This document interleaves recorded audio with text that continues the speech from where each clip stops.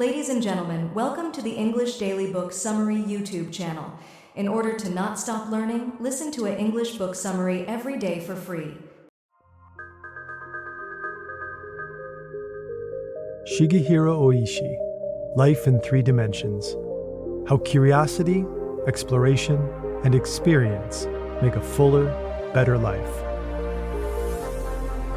What are the elements that make up a good life? For a long time, happiness psychologists thought that finding the balance between two key components, happiness and meaning, was the secret. Feel good, find purpose, and you're set. But now, some of the world's leading experts say there's actually a third, often overlooked element: psychological richness. These are the experiences that move life beyond comfort or purpose. It's the color and texture that come from curiosity, exploration, and the kind of experiences that surprise you or even shake you up a little. So, if you've ever felt caught between chasing happiness or searching for meaning, psychological richness provides a new lens, a third dimension for understanding what truly makes a life well lived. This blink is an invitation to rethink what it means to live fully. And who knows, maybe even trade a little certainty for something far more interesting. Two methods for living. I'm going to tell you a story about a father and a son. The father was born in a small mountain town on the Japanese island of Kyushu, a place known for its green tea and clementines. Like his fathers before him, the father built his whole life there, cultivating tea, marrying at 27, and raising 3 children. Decades later, not much has changed. He still lives in that same town, is still married to the same woman, and is deeply rooted in the land, his work, and his ancestors' way of life. The son, like his father, was born in that same small mountain town. But instead of staying, he left 18 days after his 18th birthday to attend college in Tokyo. A study abroad year sent the son to Maine, in the US, where he fell in love with a Korean girl, another exchange student. The pair lived and worked in New York, Minneapolis, and Charlottesville, before settling in Chicago. They have 2 children, each born in a different city. Today, he's a professor at a prestigious university, and his life is full of unexpected turns and new experiences. Now, let me ask you, which of these 2 men is happier? I'm not going to tell you the answer just yet. We'll come back to it later, after we've learned more about what makes a life truly well lived. Is there a formula for happiness? What is the formula for a happy life? Spoiler, this blink does not contain the answer to that question. And that's not because we're being withholding, but because a precise formula for happiness simply doesn't exist. However, psychologists, cognitive scientists, and other happiness researchers have quantified and measured elements that constitute a good, rewarding, and happy life. Traditionally, happiness researchers have focused on 2 pathways to happiness: the hedonic pathway and eudaimonic pathway.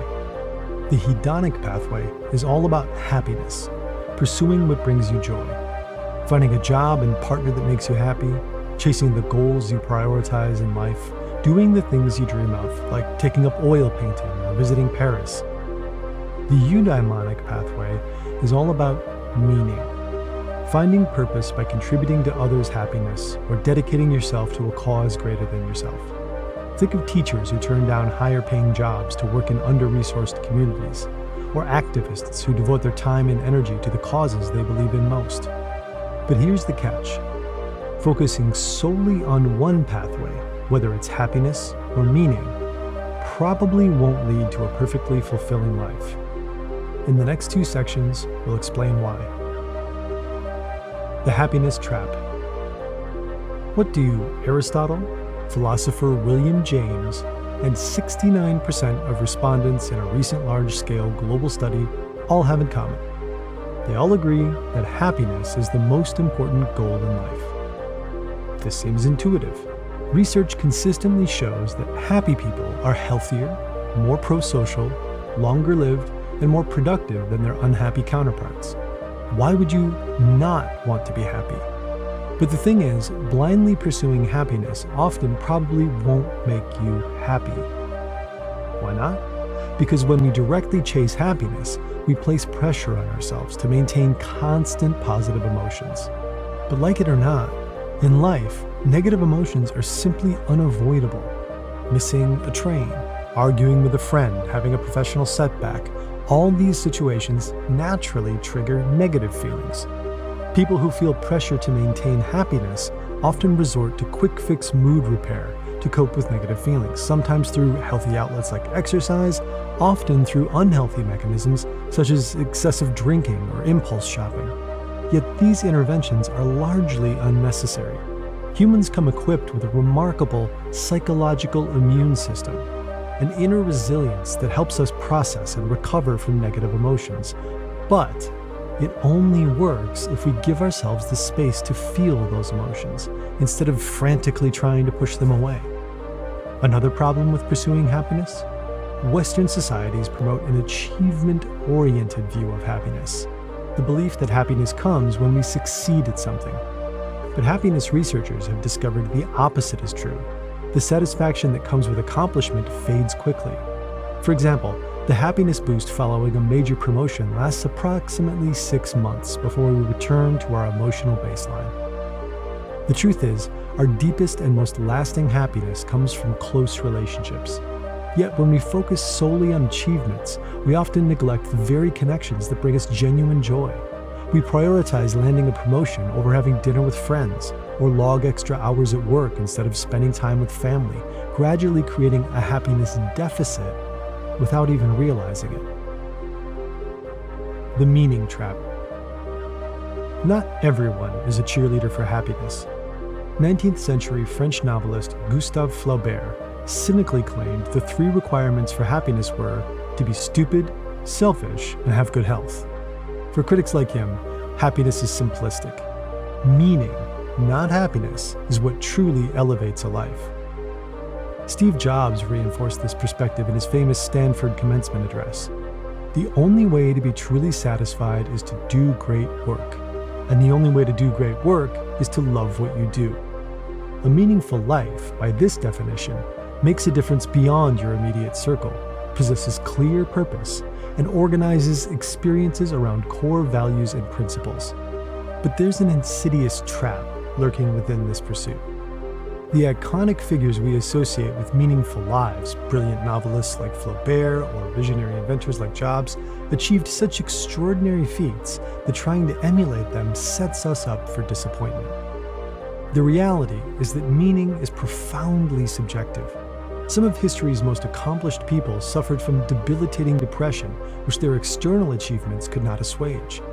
In contrast, when President Kennedy toured a NASA facility in the 1960s, he met a janitor. When asked what he was doing, the janitor replied, "Well, Mr. President, I'm helping to put a man on the moon." That janitor found meaning in the ordinary aspects of his life, a move that happiness researchers suggest is a more effective route to fulfillment than striving to be extraordinary. The relentless pursuit of meaning can sometimes cause us to overlook simple pleasures, casual connections, and playful exploration, dismissing them as distractions from our larger purpose.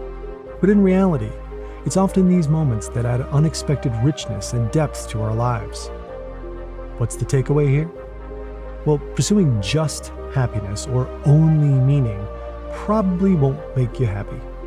The good news is that, even though we might privilege one over the other, most of us lead lives where these 2 elements naturally mix.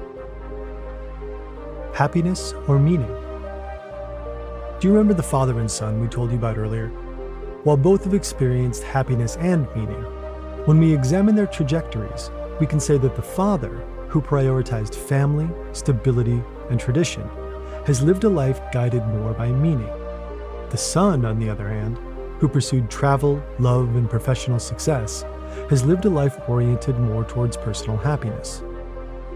Seeing that you've learned about how happiness and meaning can manifest in our lives, let me ask you that question again. Who's happier? The father, who's led a life rich in meaning? Or the son, who's made the most of his opportunities for happiness? But hold on for a second. before you decide, there's something else we need to consider. The latest happiness research suggests that, alongside happiness and meaning, there's a third component to a fulfilling life: psychological richness. The third dimension, psychological richness.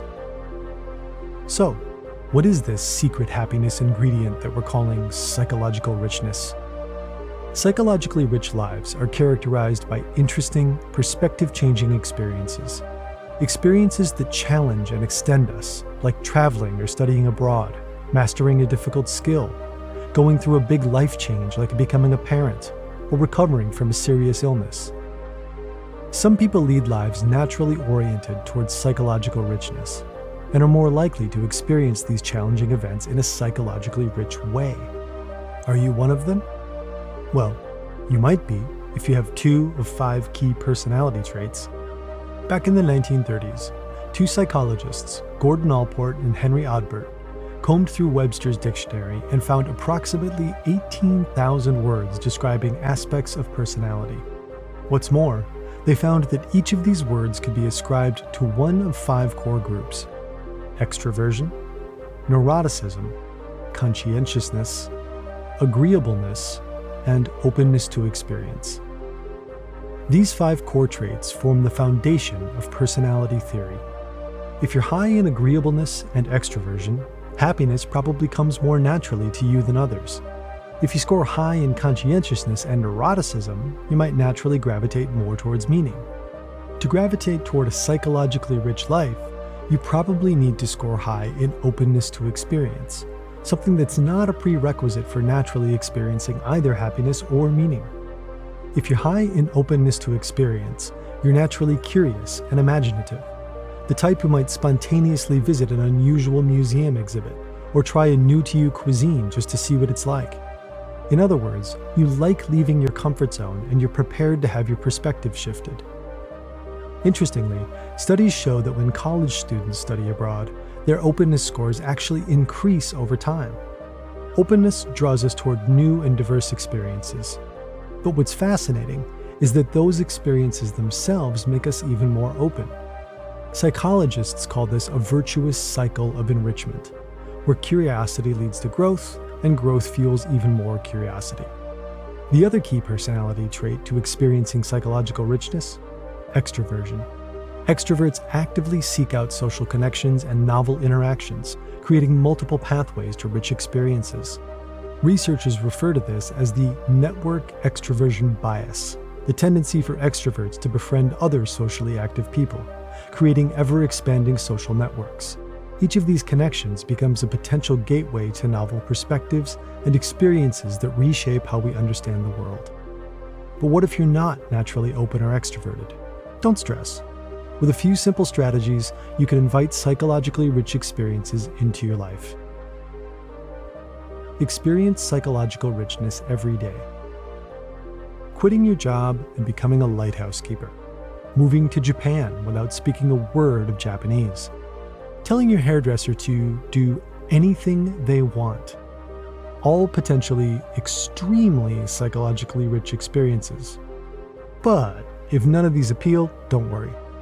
You can embrace psychological richness without making dramatic life changes or embarking on wild adventures.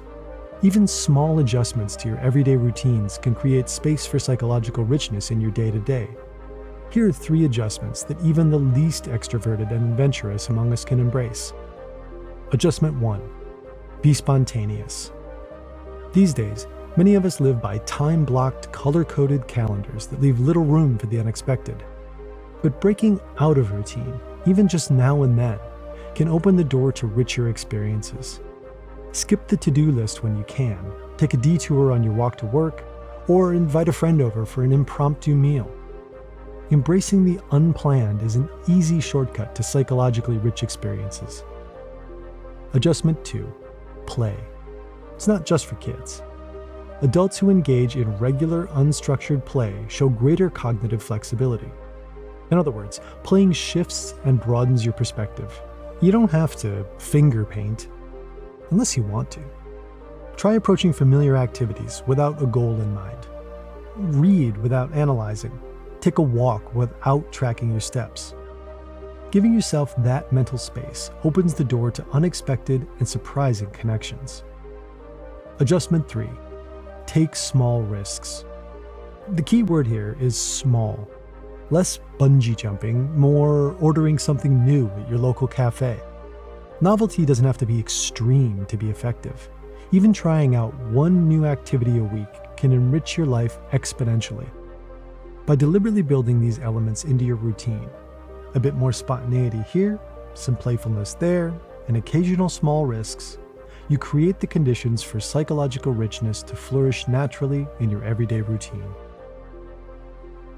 The psychological richness of adversity.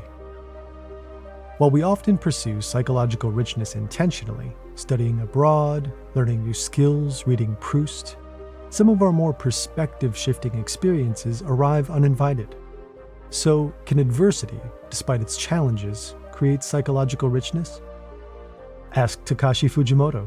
He's a New Yorker whose basement apartment flooded during Hurricane Sandy in 2012. Fujimoto was working with power cords when water rushed in. He was electrocuted and hospitalized for 37 days with a stroke and burns. He left the hospital only to find all his possessions destroyed. Yet this devastating experience transformed him positively. It changed my perspective for life, he told the New York Times, describing how the local community rallied to help him, reaffirming his faith in others and deepening his connection to his neighborhood. We can find this pattern repeating across communities struck by catastrophe. New Orleans after Hurricane Katrina, Kobe following its earthquake, and COVID-19 hotspots like northern Italy. Residents frequently report renewed appreciation for life and deeper community bonds. Research confirms this phenomenon. Children who survived the Kobe earthquake in Japan showed increased desire to pursue helping professions, like nursing and firefighting. These adversities can create psychologically rich experiences that simultaneously highlight life's meaning and strengthen social connections, the most reliable predictor of happiness. Of course, not everyone who faces hardship will experience it as psychologically enriching. One crucial factor makes the difference between challenges that transform us and those that simply traumatize us: the stories we tell about what happened. Takashi Fujimoto narrates his traumatic experience in a way that allows him to find meaning, growth, and a fresh perspective in a difficult situation. It's that ability to construct meaning which ultimately determines whether adversity becomes merely painful or genuinely rich. In fact, the way we tell stories about any experience, good or bad, can help determine its psychological richness. People who lead psychologically rich lives typically have abundant, interesting stories to tell, not because their experiences are inherently extraordinary, but because they've developed the skill of meaningful narration. Life in 3 dimensions. Let's return one final time to the story of the father and son. A quick refresher. The father has led a simple, stable life rooted in tradition and meaning. The son's life has been spent in pursuit of new experiences, professional accomplishments, and personal fulfillment. So, for the last time, which one is happier? Well, if you ask the son, he'd tell you that you're asking the wrong question. Considering the lives of father and son in this way sets up a false dichotomy, suggesting there are only 2 pathways to a good life: the path of meaning and the path of happiness. And he should know. See, the son is Shigehiro Oishi, the renowned happiness researcher and author of this book. And in fact, the question of whether he or his father had led a better life was what first sparked his interest in looking beyond these 2 paths to happiness and uncovering a third route into a fulfilling life. So let's try a different question then. How can you be happier? That's easier to answer. Don't pursue happiness without meaning, or meaning without happiness. And crucially, embrace psychological richness. All those spontaneous, complex, challenging, perspective-shifting experiences that can't be characterized as simply happy or meaningful.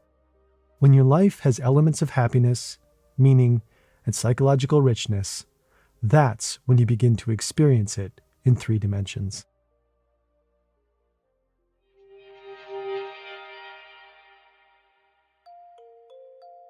The main takeaway of this blink to Life in Three Dimensions by Shigehiro Oishi is that there's more to a well-lived life than just happiness or meaning.